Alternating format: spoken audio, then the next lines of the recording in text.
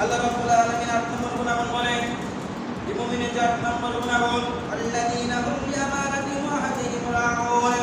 আল্লাহ রাব্বুল আলামিন বলেন, যারা আমানতের প্রতিশ্রুতি রক্ষা করে, যারা আমানতকে রক্ষা করে এবং আমানতের হক আদায় করে, এর প্রতিশ্রুতি পালন করে। আমরা পর্যন্ত দেখি আমানত যারা ইবাদত করে, আমানতের প্রতিশ্রুতি যেটা রক্ষা করে, মনে করেন আমি একটা জিনিস আপনার কাছে আমানত দিয়েছি, ওই ব্যক্তি আমানতের ইবাদত করবে, কি করবে? আমানতের খেয়ানত করবে না।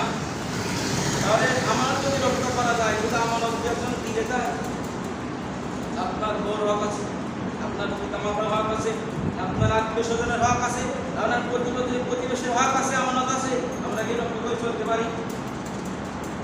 তাহলে এটা ধরে করে দেবো না। একটা মুমিনকে সালাম দেওয়া এটা আমানতের হক, আমরা কি সালাম দিই? সালাম আমাদের বুঝে দেয়। এটা প্রতিবেশীদের ভালো ব্যবহার করে, এটা আপনার হক, আমানত। এই জন্য আমানত রক্ষা করে চলতে হবে।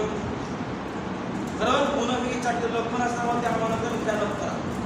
এই জন্য আমানতের খেয়ানত করা যাবে না। মনে করেন আমি এখন মুয়াজ্জিনের কাছে, তাদের কাছে 5 লাখ টাকা দিয়েছি আমানত, এটা আমার 5 মাস 3 মাস টাকা দিতে হবে, কিন্তু 6 টাকা যদি 5 মাস পরে টাকা মারা যাচ্ছে, তাহলে আমানত খেয়ানত করলে তো বলে আমাকে ঘোরাচ্ছে তিনি যখন কি করলো? আমানতের খেয়ানত করলো। আপনি মানুষকে গালি দিলে আমানতের খেয়ানত করলে, প্রতিবেশীকে কষ্ট দিলে গালি দেবেন না? গালি দেওয়া যাবে না। মুমিনের কয় নম্বর গুণাগুণ বললাম?